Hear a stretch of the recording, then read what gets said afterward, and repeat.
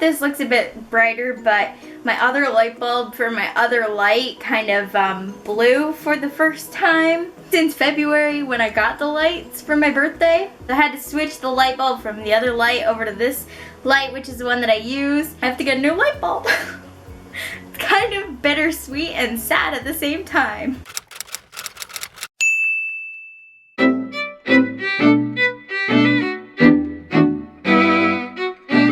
Hey guys, it's Danny, and today I am going to be doing my top 6 books of the year so far. I couldn't narrow it down to just 5, so I had to do 6. These will more than likely be on my top 10 of 2015 at the end of this year, but I figured, really? But I figured since we're basically halfway through the year that I should do a kind of update on my favorite books that I've read so far. And if you hear the bell jingling through this video, that would be the cat. She got a new collar, and the little tiny bell on it is gonna drive me insane. Coming in at number 6 on my list is a book that I was sent for review. It was actually one of the first review books that I was sent. I really loved it, and I was like, I wasn't expecting it, and it was a surprise unboxing when I got it. And I got really excited. I had a right to be excited because I loved it this much that it's on my top 6, and that is Paper or Plastic by Vivi Barnes. This was sent to me from Entangled Teen, like February? March, I think. But this was like a cute contemporary summary read about a girl who gets caught shoplifting, and then she has to start working at this store, which is basically like this book's version of like a Kmart, Walmart sort of deal. And she has a romantical relationship with her very cute but geeky manager. And all the feels from this book, I absolutely loved it. It had everything that I wanted and more. It had pageants in it. It had couponers. It was basically like TLC in a book form. Like if you watch the TLC network, you know what I'm talking about. The only thing that was missing was a Say Yes to the Dress episode in here. And it was all cutesy and just blushy, and it made me really excited for summer. It was like one of the first ones that I did read, and I really loved it. Like really loved it. Coming in at number 5 is a book that I finished this month, just a few days ago, like maybe 3 or 4 days ago at max.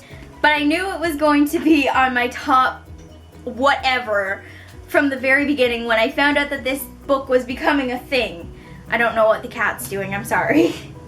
She's chasing a piece of paper, okay. When I found out this was becoming a thing, like a real book, I knew it was gonna be on my top whatever of whatever, and it is, and that is Grey by E.L. James, which is the companion novel to the 50 Shades of Grey series. It is basically the first book of 50 Shades of Grey told in Christian's point of view, which was something I needed. I needed this in my life. I need the second book in his perspective in my life, and the third book.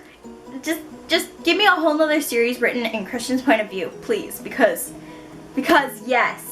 It's one of those books where if you don't mind basically rereading a book from another point of view, that's great.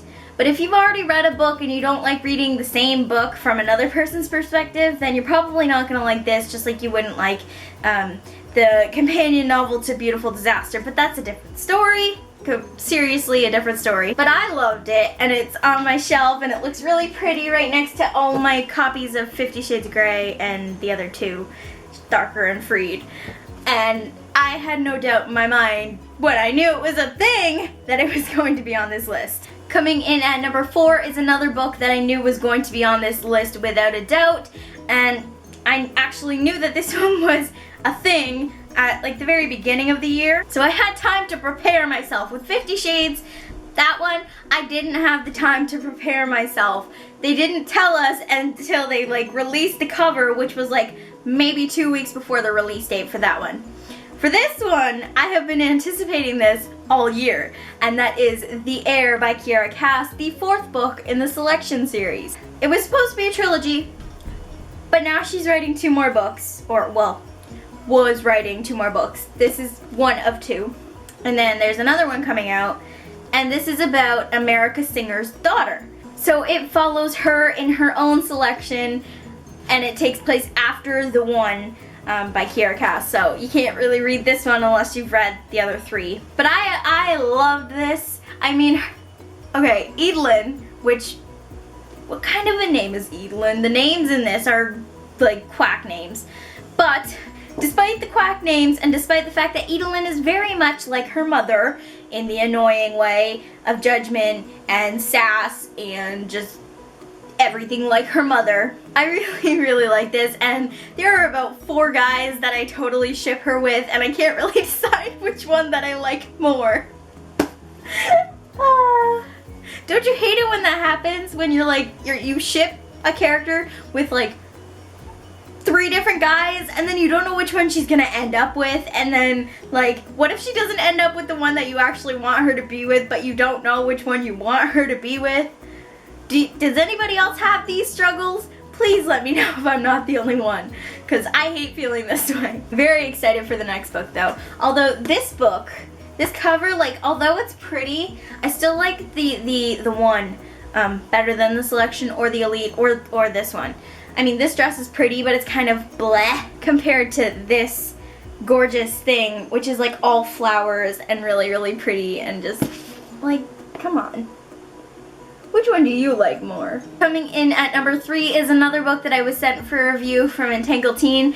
And I had no idea this book even existed until it was sent to me, and then I read what it was about, and I was like, oh my gosh! And I wasn't sure how I was gonna feel about it, but I absolutely loved it, and that's why it's number 3. At one point it took the cake, like it took number 1, but then I read a couple others that kind of topped it. But number 3 is Awakening by Shannon Duffy, and this book, let me tell you, has so much going on. It's another dystopian where there's like the government who kind of controls everything, and so they make up this machine that makes you sleep, and you can't sleep without this machine or else you'll die or something like that. The main character's name is Desiree, and she believes in everything this government stands for and everything they do to protect their world, until she comes face to face with her ex-childhood best friend and now accused murderer,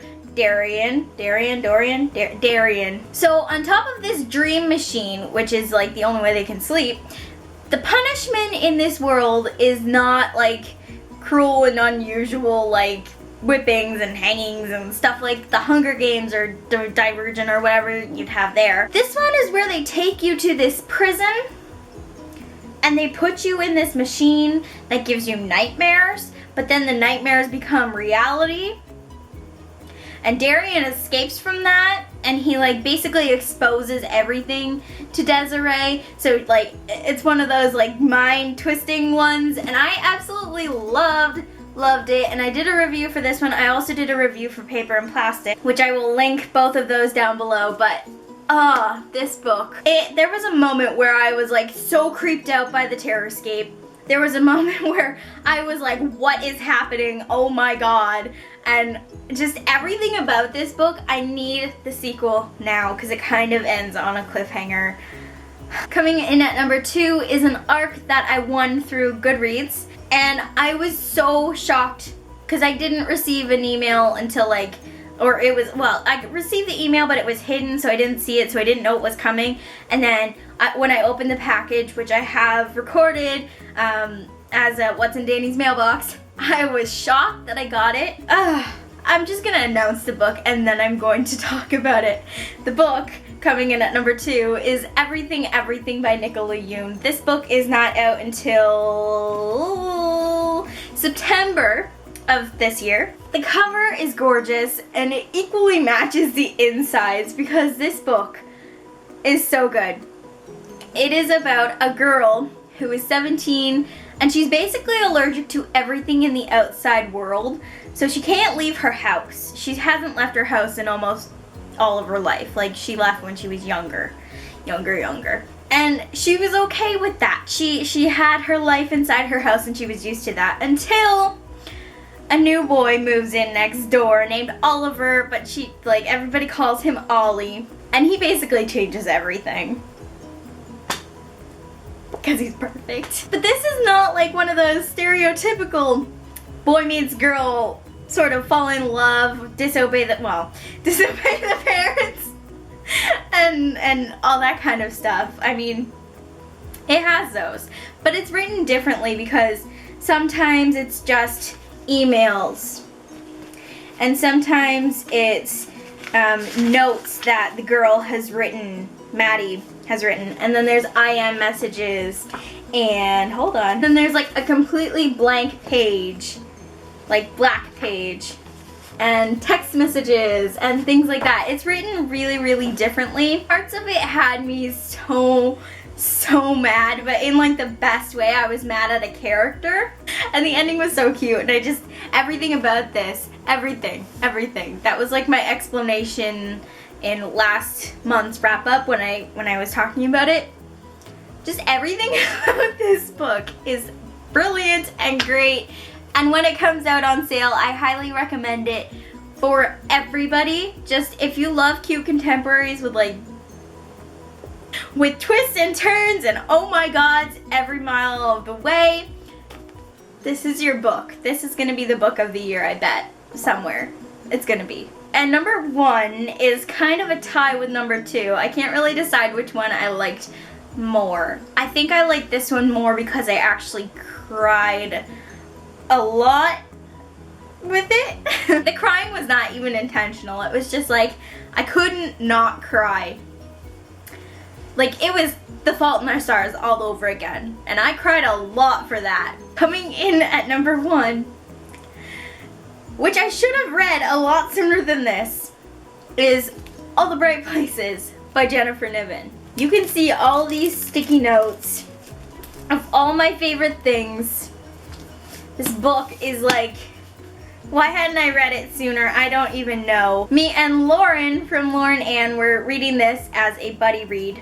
And we were gonna do like a couple chapters every couple days or whatever, how you do buddy reads. But then Lauren messages me at like 3 in the morning and she's like, I'm done. And I'm crying. And I'm like, oh god, now I have to read the rest of it tonight now. And I did. I was up until like 6 in the morning, and it was Mother's Day too. So like after I read this and cried for a while, I filled out my mom's Mother's Day card, and then I crashed, and yeah. All the feels with this book though, okay? So it follows a girl and a boy, Violet and Finch, and they're both the same age. They're both 17, I think. And they meet one day atop of a bell tower, and they're both planning to commit suicide.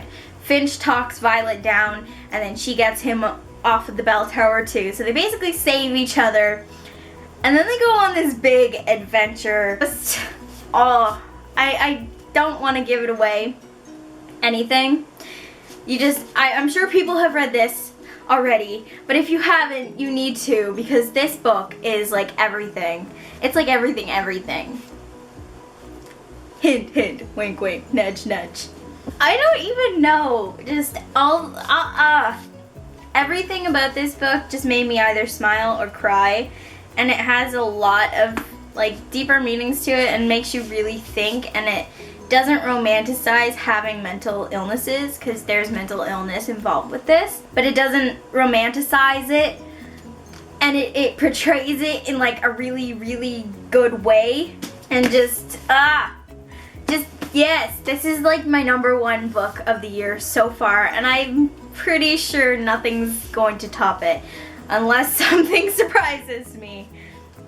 We'll see. So yeah, those are like the top 6 so far. There was a couple others that I was like debating on putting up there, like Second Chance Summer by Morgan Matson. Like, I guess that could have been like a number 7 on the list, but I figured top 6 would probably be like the best thing to do. So yeah, those have been my top 6. What are your top 5 or 6 or more of the year so far? Because if I'm wondering if there are like some similarities out there, or if there are ones that I don't know about that I should be reading. If there are books out there that I should be reading that I haven't read yet, let me know.